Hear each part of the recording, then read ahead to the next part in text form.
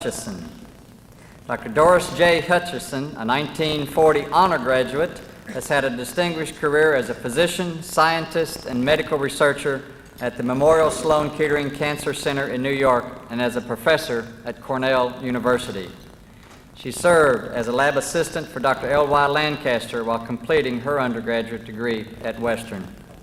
She received her master's degree at the University of Kentucky in 1943 and her doctorate at Rutgers University in 1949. A microbiologist and educator, she began her career at the Sloan Kettering Institute for Cancer Research in 1951 and held several faculty positions at the Sloan Kettering Division, Graduate School of Medical Sciences at Cornell, including Associate Dean from 1978 to 1987. She has been an emeritus professor since 1990. She has written more than 130 publications dealing with chemotherapy, treatment of tuberculosis and leukemia, and other cancer-related topics.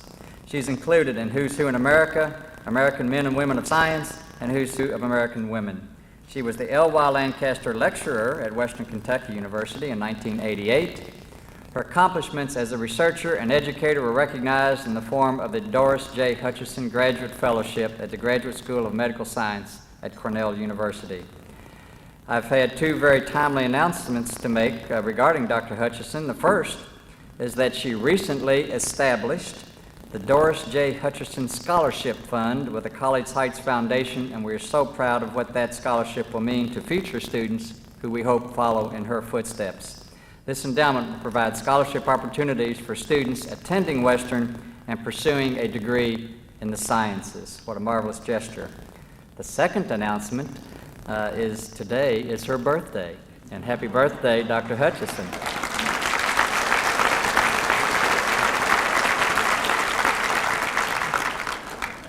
Actually, Harriet Downing, I believe there's another birthday today, my dear. Happy birthday to you as well.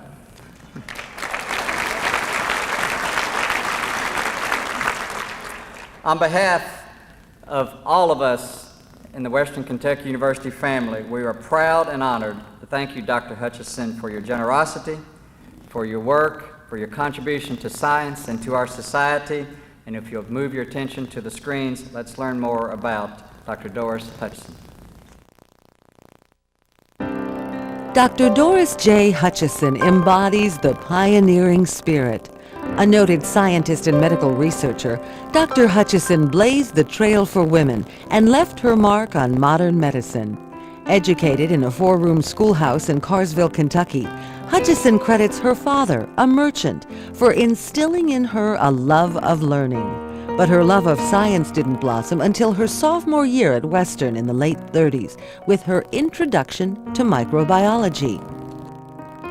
As a lab assistant to L.Y. Lancaster, Hutchison honed her science skills, graduated with honors from Western in 1940, and pursued a master's degree in microbiology at the University of Kentucky. She received her doctorate from Rutgers University in 1949. While working at Russell Sage College in Troy, New York, it was a fated encounter with scientist and Nobel laureate Salman Waxman that changed the course of Hutchison's life. Well, there I finally met Dr. Waxman, and I had been there 1 year, and I went to him and introduced myself. He said, "Oh, would you like," he was Ukrainian, "would you like a better job?" I said, "Yes, sure." "Well, how would you like to teach at Vassar? That's a pretty good college, and I know they need someone." So that's how I got to Vassar. That's how I made the contact with Waxman. And once that contact was made, he was really my mentor and scientific father. A microbiologist and educator, Hutchison made her mark at the Sloan Kettering Institute for Cancer Research in New York. The second female member of the faculty there, she has written more than 130 publications dealing with chemotherapy, treatment of tuberculosis and leukemia, and other cancer-related topics. Every time I looked around, there was an interesting problem or interesting way to help someone, like in a lab, for example, when I was actively working, I had about 10 or so projects going at once, because I knew some of them wouldn't work. But if only one worked, that was enough to make that particular effort worth it. Dr. Frank Sirotnik was one of Hutchison's early proteges. As I joined Dr. Hutchison's lab, I became very impressed by the work they were doing and the fact that she was really considered a pioneer in what she was doing. She worked among many people who I got to know because of her, who were pioneers in this field, which was beginning in those days, and that was for the first time, using drugs to treat cancer. It was a very new sort of area. It had been going on for a few years, but it was a new area, and Dorris was right in the thick of things.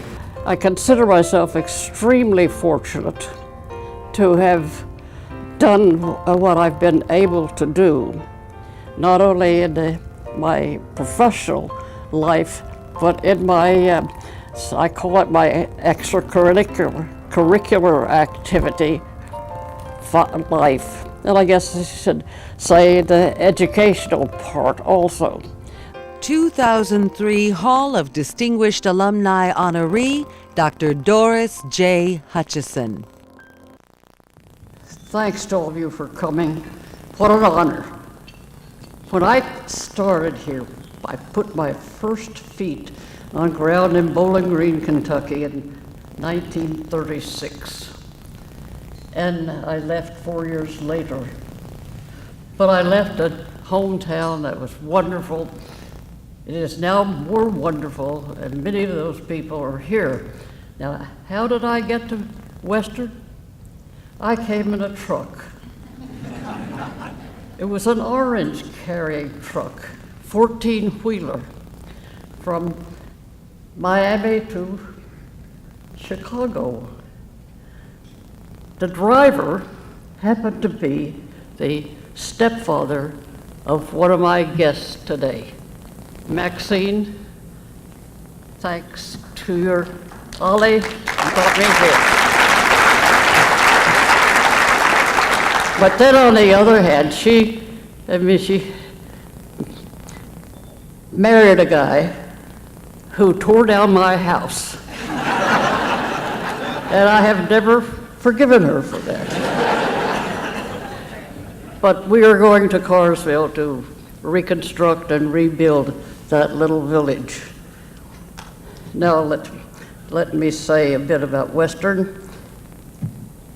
For the 4 years I spent here, I met a number of people, obviously, and I realized early on that it's good to get to know your professors, find someone who is your mentor and so forth.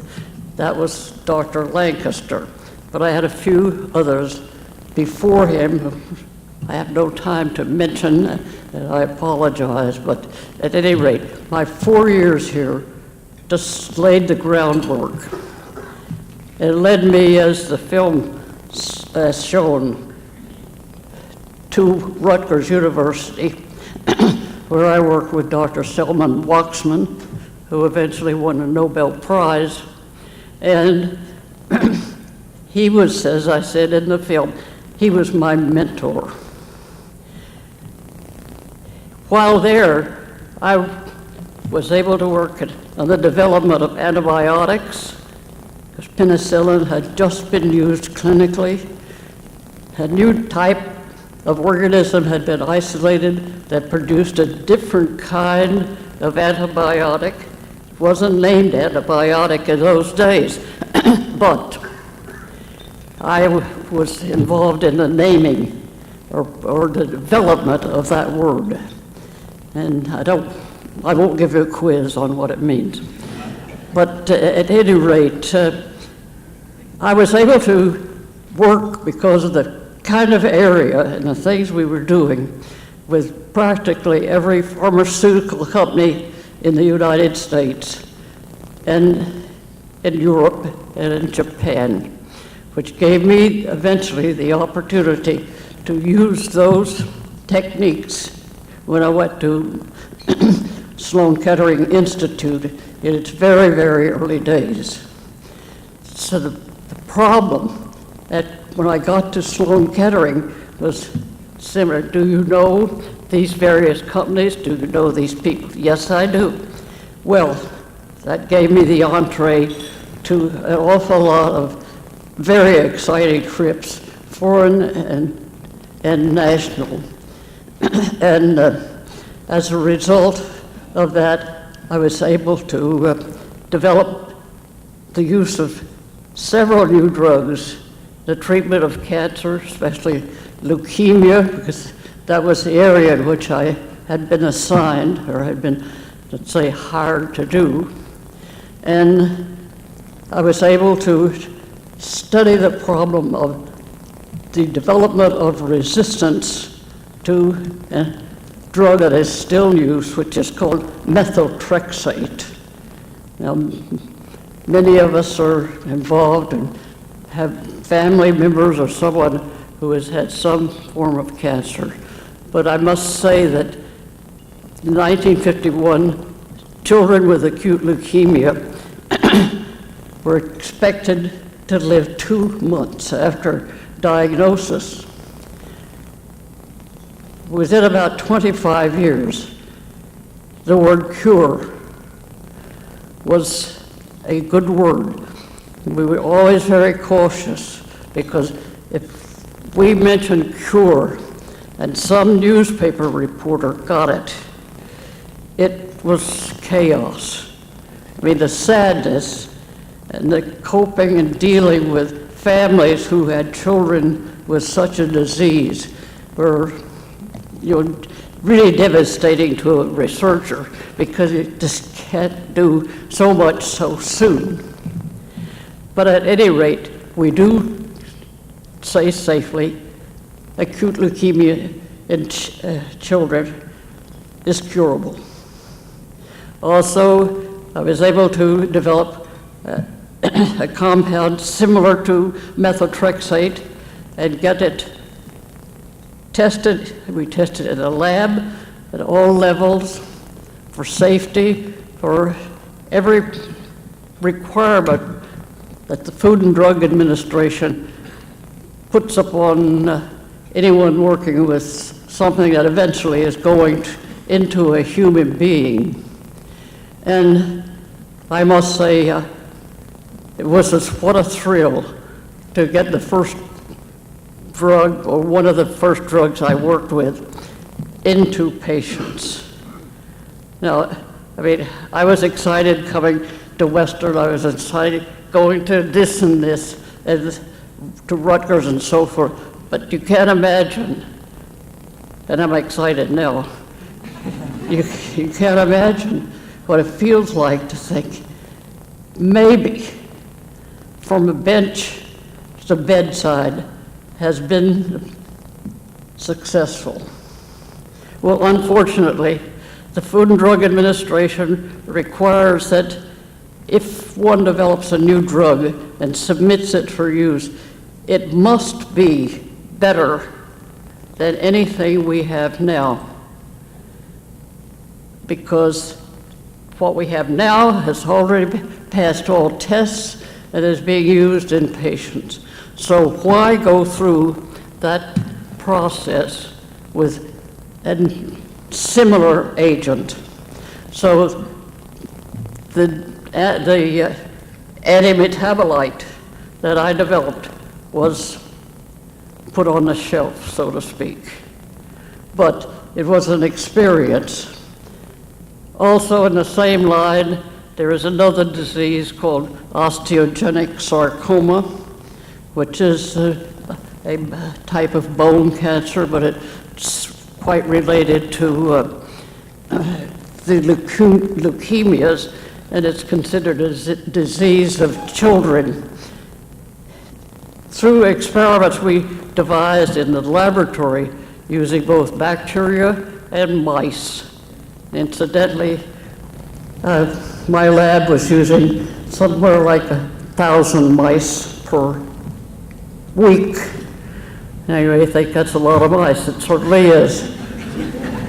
And to keep track of how much every one of them weighed, and how much weight he lost, and how often were they killed from toxicity, and so on and so forth. But that was essential before you could proceed any further in really thinking about clinical trials.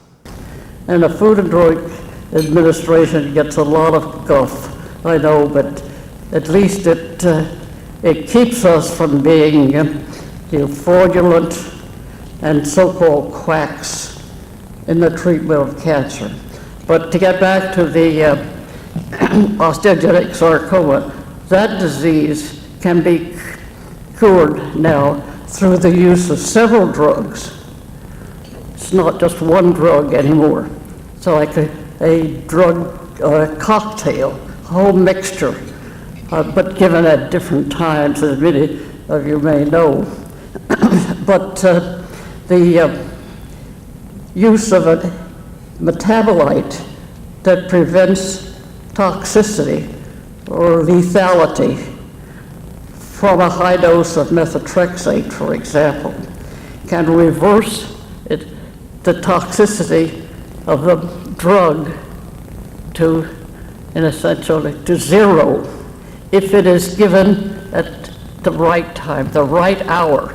Has to be the certain blood level, otherwise the drug would be lethal. So it has, not that I worked in the hospital, but I was working with patient material and following the rise and fall of blood levels of both the drug and the metabolite. And I fortunately developed a system whereby we could use very fast microbiological assays to detect both types of cells. Now, to get around and around and around, I mean, I think I've been extremely fortunate in what I've been able to do and what I've seen. I've had quite a few extracurricular activities, and I'm very proud of them. One of them is president of the New York Society of Kentucky Women, which has provided funds for some 500 young students, primarily those who come from the Appalachian area, but almost especially in recent years from the Lots Creek Community School in Cordia, Kentucky. And the director of that school is here today. One of our students just graduated from Western about 3 years ago and is now somewhere in the Navy. We can't find her. We tried to find her, but we have not been able to contact her because I really wanted to invite her and show a living example of what a little bit of help from a small Kentucky group can do to help people. And I did use a little twisting of the arm to get her here at Western, because most of them went to Eastern Kentucky schools. Well, as my friends say, I could go on and on and on, but I think I will sort of stop. But it reminds me of Yogi Berra, and when you come to the fork in the road, and as I was, when I left the University of Kentucky, well, I just took it. And that fork has eventually brought me back here, where I am absolutely thrilled to receive this honor. In fact, it's when the president called me, and I mean, it was early one Saturday morning, and I he said, "You have some good news for you." I didn't know him. So I said, "Who are you?"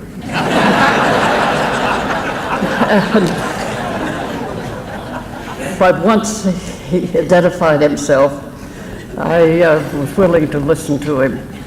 And I thank him very much and for the kind things he said. And it's my honor to be able to say that, yes, I have made a donation for the education of young students here at Western, and I hope that it will be used well. Now, I did work with the U.S. Labor Department several years ago on a booklet that they wanted someone to write and put together for them of women in biological sciences. And I had to work with the Assistant Secretary of Labor, Mrs. Leopold. And I remember she said, you know, you've got to sell science to young women, to just teach them how to look like a girl, act like a girl, act like a lady, but work like a dog. So thanks so much to all of you for coming. I've met some new friends. I have made better contact with Western, and I shall continue. And the spirit makes the master, I hope.